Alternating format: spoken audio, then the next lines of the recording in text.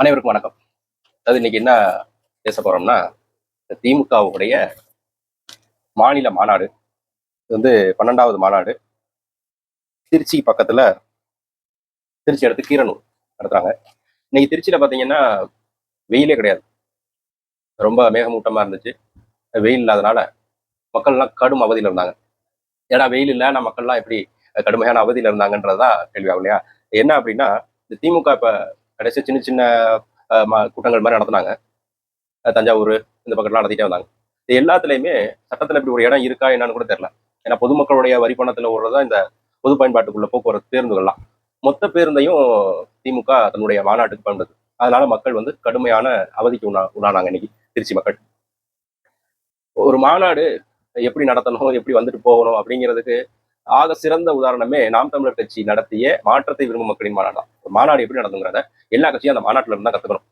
இதுல வந்து எத்தனை லட்சம் பேர் வந்திருந்தாங்க அப்படிங்கிறது எல்லாருக்குமே தெரியும். மாற்றத்தை விரும்பும் மக்கள் மாநாடு. இப்ப எல்லா கட்சிக்கும் என்ன ஒரு பெரிய அழுத்தம் ஏற்படுதுன்னா, அதை விட பெரிய கூட்டம் காட்டணும். நீங்க கூட்டம் காட்டலாம், ஆனா அது உண்மையான கூட்டமா இருக்காது. அதான் இங்க உள்ள பெரிய வித்தியாசமே. நாம் தமிழர் கட்சிகிட்ட வந்துட்டு தத்துவத்துக்கோ இல்லை கொள்கைக்கோ குறைச்சலே கிடையாது. தெளிவான கொள்கை வகுத்து இன்னைக்கு இந்தியால ஒரு கட்சி வந்து ஒரு எந்த ஒரு கட்சியோடையும் சமரசம் பண்ணிக்காம தன்னை வந்து சரியா கொண்டு போயிட்டு இருக்குன்னா அது ஒரு நாம் தமிழர் கட்சி மட்டும்தான். இந்தியாவிலேயே எல்லா விதத்திலையும் சரியா இருக்கிற கட்சி. அப்படி இப்ப நாம் தமிழர் கட்சிக்கு எத்தனை லட்சம் பேர் வந்திருந்தாங்க, அது பெரிய விவாதமா போயிடுச்சு. அதுல ஒண்ணு மட்டும் எனக்கு ஞாபகம் இருக்கிறது என்னன்னா, திரு பாண்டிய ரங்கராஜ் பாண்டியனை வந்து அவங்க என்ன சொல்லியிருந்தாங்கன்னா 35 லட்சம் பேர் வாக்கு செலுத்தியிருக்காங்க. அப்ப அதுல 10% 3.5 லட்சம் பேராவது அங்க வரணும் அப்படின்னது. 3 லட்சத்தை தாண்டின கூட்டம் அங்க இருந்துச்சு. ஆனா அந்த கூட்டம் நாம் தமிழர் கட்சியோட முழுமையான கூட்டம் கிடையாது. அதுவும் எல்லாருக்குமே தெரியும். அது எப்படியே சின்ன ஒரு உதாரணம் எனக்கு மட்டும், அதாவது எனக்கு தெரிஞ்ச விஷயத்த நான் சொல்லிடுறேன். எப்படின்னு பாத்தீங்கன்னா, இப்ப திருச்சி மாவட்டத்துல வந்து தாணிப்பாசல 40 பேர் இருக்கும். 40 பேர்ல அன்னைக்கு 25 பேர் தான் வந்து கலந்துக்கிட்டோம். மீதி எல்லாம் ஒருவேளை எனக்கு தெரியாம வந்துட்டு போயிருக்கலாம். ஆனா யாருமே அந்த புகைப்படம் எடுத்து போறது அதுக்கப்புறம் யாரும் எந்த விவரம் சொல்ல. ஆனா 25 பேர் போனது 40 பேர்ல 25 பேர் தான் போயிருக்கோம். நேரத்துக்கு தான் போனோம். ரொம்ப முன்னாடி எல்லாம் போகல. ஏன்னா கடுமையான வெயில். கொஞ்சம் நம்ம கூட வந்து கொஞ்சம் வயசுல மூத்தவங்களும் இருக்கிறாங்க. சரியான நேரத்துக்கே போவோம் அப்படின்ட்டு நம்ம நேரத்தை எல்லாம் சரியா வந்து அந்த நேரத்துக்கு தான் போனோம். சிறப்பாக நாங்கள் போகும்போது தான் அப்பதான் வந்து போக்குவரத்து நெரிசல் வந்து தொடங்க ஆரம்பிக்குது. கொஞ்சம் மாநாட்டு திடல் நெருங்கும் போதெல்லாம் போக்குவரத்து நெரிசலில் நாங்கள் நல்லா சிக்கனம் கிட்டத்தட்ட நாங்கள் போய் சேர்றதுக்கே வந்து இந்த போக்குவரத்து நெரிசல் சும்மா ஒரு 1/4 கிலோமீட்டர் கூட இருக்காது. ஒரு 300 மீட்டர் இருக்கும். அதுவே வந்து ஒரு 3/4 மணி நேரத்துக்கு மேலே நின்று தான் போனோம். திரும்ப வரையில பார்த்தீங்கன்னா ஒரு 200 மீட்டர் 300 மீட்டர் தாண்டறதுக்கு வந்து 1.5 மணி நேரத்துக்கு மேலே ஆச்சு. இத்தனைக்கும் எங்களுக்கு தெரியும் எல்லாரும் ஒரு நேரத்தில் கிளம்புவாங்க, கொஞ்சம் கூட்டம் சீக்கிரம் போகலான்னு நினைச்சோம். அப்படியுமே அண்ணன் பேச்சை வந்து தவிர்த்துட்டு போறது சாத்தியமற்றது ஒண்ணு. அதனால நாங்கள் முழுசா பேச்சை கேட்டுட்டு கிளம்புறோம். 1.5 மணி நேரம். இதுல என்ன வந்து அந்த முழுமையான கூட்டம் வரல அப்படின்னா, நாம் தமிழர் கட்சிக்கிட்ட நம்மளுடைய சொன்ன மாதிரி எல்லாமே இருக்கும். தெளிவான கொள்கை இருக்கும், தத்துவ நிலைப்பாட்டுல உறுதியா இருப்பாங்க, எல்லாமே இருக்கும். பொருளாதாரம் மட்டும் ரொம்ப வீக்கா இருக்கும். பொருளாதாரம் தான் பெரிய பிரச்சனையா இருக்கு. அப்ப இப்ப நான் சொன்னேன் இல்லையா, 40 பேர்ல 25 பேர் தான் போனோம். அதுல 5 பேர் தான் குடும்பத்தோட. நான் உள்பட மீதி 20 பேர் குடும்பத்தோட போக முடியல. மாநாட்டுடைய அழைப்பே வந்து எல்லாரும் குடும்பத்தோட வரணுங்கிறதா. ஒவ்வொருத்தருக்கும் ஒவ்வொரு காரணங்கள். இப்ப என்னுடைய காரணத்தை நான் சொல்லலாம். வந்து எங்க மாமியாருக்கு வந்து ஒரு கால் வந்து முழுமையா அறுவை சிகிச்சை பண்ணிட்டாங்க. அப்போ அவங்க ஒரு லேசா நகரணும்னா கூட ஒரு கழிவறை போகணும், எங்க போகணும்னாலும் அவங்களுக்கு கூட ஒரு ஆள் துணைக்கு இருந்தா மட்டும்தான் அவங்களால நகர முடியுன்ற சூழ்நிலை. இப்போ அதனால என் வீட்டுல வரல. பிள்ளைகள் இப்போ படிப்பு அப்படின்னு எக்ஸாம் அது ரொம்ப இதா போயிட்டு இருக்கனால நான் தான் வந்து அதே மாதிரி என் கூட இருந்தவங்க எல்லாருக்குமே ஒரு 20 பேருக்கு தான் ஒரு 5 பேர் குடும்பத்தோட வந்துட்டாங்க. அப்ப இந்த 25 பேர்லயே 40 பேர் கொஞ்சம் பேர் வரல. எல்லாம் தனிப்பட்ட சூழ்நிலை தான். யாரும் வரக்கூடாது, வேற ஏதோ ஒரு காரணங்கள்லாம் கிடையாது. குறிப்பா பொருளாதாரம் தான் வரல. இப்ப நாங்கெல்லாம் போயிருக்கோம். இது நாங்களே பார்த்தீங்கன்னா எவ்வளவு பேர், இப்ப 15 பேருக்கு ஒரு ஆளுக்கு 2 பேர்னு வைங்களேன். இந்த 15 பேருக்கு ஒரு ஆளுக்கு 2 பேர்னு வச்சாலே அதுவே வந்து ஒரு கணக்கு வந்துருது. 60 70 பேர் வருது. இப்ப இது மாதிரி நாம் தமிழர் கட்சியில அந்த மாநாட்டுக்கு கலந்துகிட்ட அத்தனை லட்சம் பேருக்குமே கொஞ்சம் கொஞ்சம் ஆட்களை விட்டுட்டு வந்திருப்பாங்க.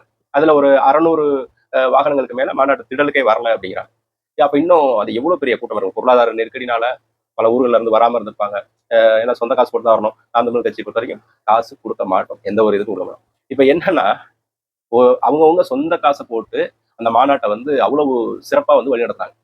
அது அண்ணன் தலைமை நடந்தாலும் அந்த அண்ணனுடைய வார்த்தைக்கு கட்டுப்பட்டு ஒரு சின்ன அத்தனை லட்சம் பேர் எப்படி வந்தாங்க, எப்படி போனாங்கன்றதுக்கே ஒரு ஒரு இதே இருக்காது. ஒரு தடயமே இல்லாத மாதிரி வந்துட்டு போனாங்க. இப்ப எல்லா கட்சிக்கும் ஒரு கட்டாயம் ஏற்படுது. அதை விட பெரிய கூட்டம் காட்டணும். சத்தியமா அதுக்கு வந்து வாய்ப்பு கிடையாது. அதாவது கூட்டம் காட்டதான் அது வந்து கொள்கை பிடிப்போட தன்னெழுச்சியா தன்னுடைய சொந்த காசு செலவு பண்ணி அந்த கூட்டத்துக்கு வந்தா மட்டும்தான் அது உண்மையான கூட்டம். அப்படி இல்ல, நீங்க காசை கொடுத்து பிரியாணி கொடுத்து கோட்டர் கொடுத்து திருச்சியில் உள்ள எல்லா டாஸ்மார்க்கும் பிஸி, இதெல்லாம் கொடுத்து நீங்க அவ்வளவு பேரை கூப்பிடணும். ஒவ்வொரு இடத்துலையும் கொத்து கொத்தா பெண்கள், இந்த கிளவி, பாட்டிங்க எல்லாத்தையும் பிடிச்சி வச்சிருக்காங்க. பிடிச்ச எல்லா பஸ்லையும் ஏற்றி பொதுமக்களுக்கு பெரிய அவதி. கொள்ளையடிச்ச காசு, ஊழல் பண்ண கட்சி, ஊழலுக்கு பேர் போன கட்சி, அவங்கவுங்க சொந்த காசுல வரட்டுமே. பேருந்து வசதி ஏற்பாடு பண்ணி வர முடியாத கட்சியா திமுக? அப்படி அந்த கவுன்சிலர் கூட என்ன மாதிரி இருக்காங்கன்றது ஊருக்கே தெரியும். நம்ம சொல்லி ஒன்றும் இதுங்கிறது கிடையாது. அப்படி இருக்கிற பட்சத்துல ஏன் பொதுமக்கள் பயன்பாட்டுக்குள்ள பேருந்தை எடுத்துக்கிட்டு நீங்க போய் இந்த மாநாட்டு அவ்வளோ கூட்டம் காட்டணும்? நீங்க தான் வந்து எத்தனையோ கோடி தொண்டர்கள் இருக்காங்கன்றீங்க. உங்களுக்கு இதெல்லாம் தேவையில்லையே. நீங்க நல்லது செஞ்சிருந்தீங்க, இந்த 5 வருஷம் நல்லது செஞ்சிருந்தீங்க, கொடுத்த வாக்குறுதி எல்லாம் சரியா வந்து கடைபிடித்து அதெல்லாம் நிறைவேற்றிருக்கீங்க அப்படின்னா, அடுத்த வாட்டி நீங்களே வந்துட்டு போறீங்க. இப்போ எலெக்ஷன் செலவு கூட கம்மியா பண்ணலாம். இவ்வளவு பணம் கொடுக்கணும், இவ்வளவு இலவசங்கள் அறிவிக்கணும், அது இதெல்லாம் தேவையில்லையே. முன்கூட்டியே வேற பாஜக வந்து மிரட்டுது, பணத்தை தராம தடுக்குதுன்னு எல்லாத்தையும் கொடுத்து ஓட்டுக்கு, அதெல்லாம் லஞ்சம், ஓட்டுக்கு கொடுத்தா லஞ்சம். இன்னைக்கு ஆனா பொதுமக்கள் ஓரளவுக்கு தெளிவா இருக்காங்க. முடிஞ்ச அளவுக்கு தெளிவா இருக்காங்க. இது நம்ம பணம் தான் அப்படின்றாங்க. அதனால இந்த நேரத்துல இவங்க வாங்கினாதான் அப்படின்ற ஒரு விஷயத்துல தெளிவா இருந்துதான் நிறைய பேர் பணத்தை வாங்கி வச்சிருக்காங்க. அதனால வாக்கு செலுத்துற தெளிவு வந்து வந்துருச்சு. இது எந்த கட்சி, எப்படி நல்ல கட்சி, இதெல்லாம் அவங்களுக்கு எல்லாத்துக்குமே ஓரளவுக்கு தெரியுது. அது சிறு பிள்ளைகள்ட்டையும் சரி. நான் கூட நினைச்சேன் இன்னைக்கு கடைசியா வண்டியில வந்தவங்க வந்து கல்லூரி பிள்ளைகள் தான். அவங்க வந்து என்னென்ன இப்ப ஏன்னா இப்படி பேருந்து என்னென்னாச்சு, பஸ் என்னென்னாச்சு, நாங்க இவ்வளவு நேரம் இருந்தோம் அப்படின்னாங்க. இது மாதிரி மாப்பிள்ளை அப்படியா அப்படின்ட்டு அவங்க அப்பா வந்து கம்யூனிஸ்டா, கம்யூனிஸ்ட் வந்து திமுகவுடைய கூட்டணி. அவங்க பிள்ளைகள் திடீர்னு அரசியல் சம்பந்தமா பேசவும் அரசியல் பேச ஆரம்பிச்சாங்க. ஆனா நீங்க எந்த கட்சிக்கு வாக்கு செலுத்துறீங்க? நம்ம அந்த வயதுக்குன்னா ஒரு ஒரு கட்சி செலக்ட் பண்ணிடுவாங்க இல்லையா? இன்னைக்கு வந்து புது கட்சி பக்காமாஸ் கட்சிக்கு எதுவும் வாக்கு செலுத்தியான்னு கேட்டாங்க. அப்படி ஒரு நிலைமை வந்துச்சுன்னா தூக்கு மாட்டி தொங்குவேன் ஒழிஞ்சு அந்த டிவிகேன்ற கட்சிக்கு மட்டும் வாக்கு செலுத்திட மாட்டோமா அப்படின்னு. உண்மையிலுமே நான் நினைச்சேன்னா அவங்க கோவப்படுவாங்க. ஏன்னா அவங்க அந்த கட்சி சார்ந்தவங்களா இருக்கலாம், கோவப்படுவாங்க. அவங்க அப்பா அம்மா வேற கட்சியா கம்யூனிஸ்டா இருந்தா கூட இவங்க வந்து டிவி கேக்கா இருப்பாங்க. நான் அந்த வயசு தானே, காலேஜ் பிள்ளைங்களுக்கு நிறைய பேர் அதில் தான் இருப்பாங்களோன்னு நம்ம, ஏன்னா அவங்க அப்படி ஒரு பின்பத்தை கட்டமைச்சு வச்சிருக்காங்க. நீங்க அப்படிதான் இருக்கும்னு நினைச்சா கரெக்டா சொன்னீங்கன்னே. நான் வந்து நீங்க என்ன கட்சினே அப்படின்னு கேட்டாங்க. நான் முன்னாடி எழுதி பாருமா பார்த்தாரு, சூப்பர்னே அப்படின்னாங்க. அடுத்த தலைமுறைக்கு ஒரு அரசியல் பேசக்கூடிய ஒரு கட்சி உங்க கட்சி தானே. வாக்கு செலுத்துறதுல சந்தேகம் தானே இருக்கு, கட்சி வருமா வராதான்னு. இதெல்லாம் அப்புறம் நான் சொன்னேன், இது மாதிரிலாம் ஒரு குழப்பத்தை ஏற்படுத்துவாங்க இந்த ஆளுங்கட்சிகளுக்கு, மற்ற கட்சிகளுக்கு, சில ஊடகங்களுக்கு, இந்த கருத்து கணிப்புன்ற பேர்ல கருத்து திணிக்கிற சில பேருக்குலாம் என்ன வேலைன்னா, நீங்க உங்க ஓட்டை வேஸ்ட் பண்ணிடாதீங்க, அந்த கட்சி வராது, அதுக்கெல்லாம் நீங்க வாக்கு செலுத்தாதீங்க, இப்படி ஒரு இதை வருஷம் வருஷம் கிளப்பிடுவாங்க. ஒரு B team, A team, Z team, என்னென்ன அவங்களால சொல்ல முடியுமோ அந்த பள்ளியெல்லாம் சொல்லுவாங்க. இதெல்லாம் நீங்க கேட்காதீங்க. நீங்க ஒரு முடிவு தான் எடுக்கணும். இந்த கட்சி வந்து எதிர்காலத்துக்கு நல்லா இருக்கும்னு வச்சுக்கோங்க. ஒரு ஓட்டுல தோத்ததுதான். ஒரே ஒரு வாக்குல இந்த ஜனநாயக முறைக்கு ஒருத்தர் வந்து 1000 ஓட்டு வாங்கியிருக்காரு, இன்னொருத்தர் 1001 வாங்கிட்டாருன்னா அவர் தான் வெற்றியாளர். அவர் அப்ப அந்த ஒரு ஓட்டு குறைஞ்சாலே ஒருத்தர் தோல்வி, அதனால அவர் நல்லவராகவும் இருக்கும். இந்த மாதிரி ஒரு மனநிலையிலிருந்து வெளில வாங்க. நீங்க வாக்கு செலுத்துற கட்சி தான் கண்டிப்பா ஜெயிக்கும். அப்படி இல்லைனாலும் நீங்க வந்து அந்த விதை வந்து என்னைக்குமே வந்து வீண் போகாது, அது கண்டிப்பா ஒரு அனுபவம். அப்ப அவங்க வந்து புரிதல் பண்ணிட்டாங்க. ஆமா நீங்க சொல்றதா உண்மை, ஏமாத்தாங்க. அப்ப இது மாதிரிலாம் வந்து நம்ம பார்க்கையில இன்னைக்கு வந்து பெரும் மகிழ்ச்சியா இருக்கு. ஏன்னா இந்த பக்காமாஸ் கட்சி, இந்த டிவிக்கு வந்து பயங்கர எல்லாரும் வீட்டுக்கு ஒரு ஆள் இருக்காங்க எங்களுக்கு. வீட்டுக்கு ஒரு ஆள் இருக்கான்னு கான்பிடண்டா சொல்ல முடியல. அப்புறம் எதுக்கு வந்து எல்லா பெண்களுக்கு 2500, அப்புறம் தாலிக்கு தங்கம், அப்புறம் என்னது பிள்ளைங்க பிறந்த மோதிரம், இந்த மாதிரி இலவசம், இதுக்கெல்லாம் காசு எங்க? எல்லா பெண்களுக்கும் பேருந்தை வந்து நாங்க எல்லா எந்த இடத்துக்கு போனாலும், அதாவது கன்னியாகுமரியில இருந்து சென்னை வரைக்கும் எங்க போயிட்டு வர்றதுனாலும் வந்து பெண்களுக்கு வந்து திமுகவாது லோக்கல் பேருந்து வந்து பயணம் பண்ணிக்கலாம் அப்படின்னாங்க. அது நெருக்கி தமிழ்நாடு முழுக்க அதுலயும் நம்ம ஆளுங்க இப்படிலாம் பண்ணுவாங்கன்னு நமக்கு தெரியும், பண்றாங்க.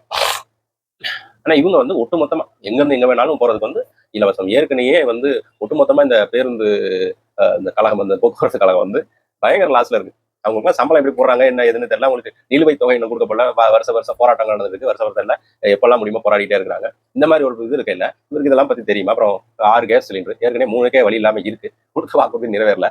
இவ்வளவு 6 தருவாரா? எப்படி தருவீங்க இதெல்லாம்? என்னையா இப்ப திமுக எல்லாம் 3 ரூபாயா எவ்வளவோ வந்து கேஸ், இது பெட்ரோலுக்கு வந்து ரேட்டை குறைச்சிடும் அப்படின்னாங்க. குறைக்கவே இல்லை, பல வாக்குறுதிகளை நிறைவேற்றல.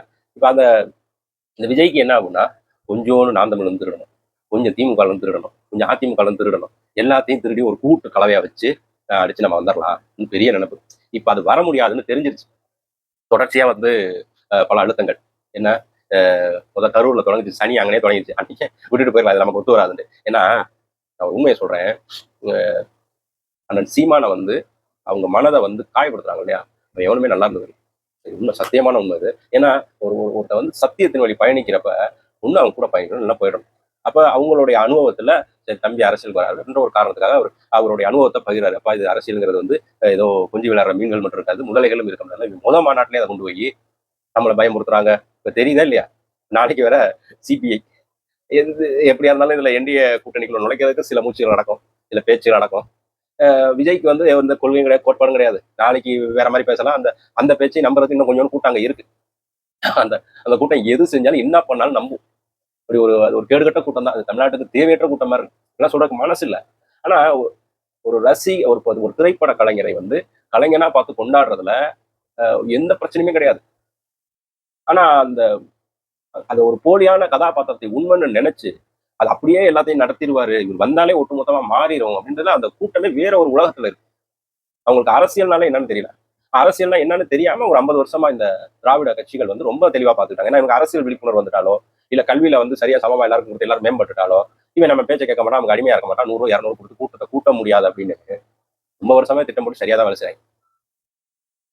இதுக்கெல்லாம் மாற்று எல்லாத்துக்கும் எல்லா விடயங்கள்ல இருந்து வெளியே வரணும். நீங்க வந்து என்ன சொல்றது, அடுத்த தலைமுறை வந்து நிம்மதியா வாழ நினைச்சீங்கன்னா, இல்ல இத்தனை வருஷம் உங்களுக்கு நல்லாவே தெரியும். அதிமுக எவ்வளவு பெரிய ஊழல் கட்சி, திமுக எவ்வளவு பெரிய ஊழல் கட்சி.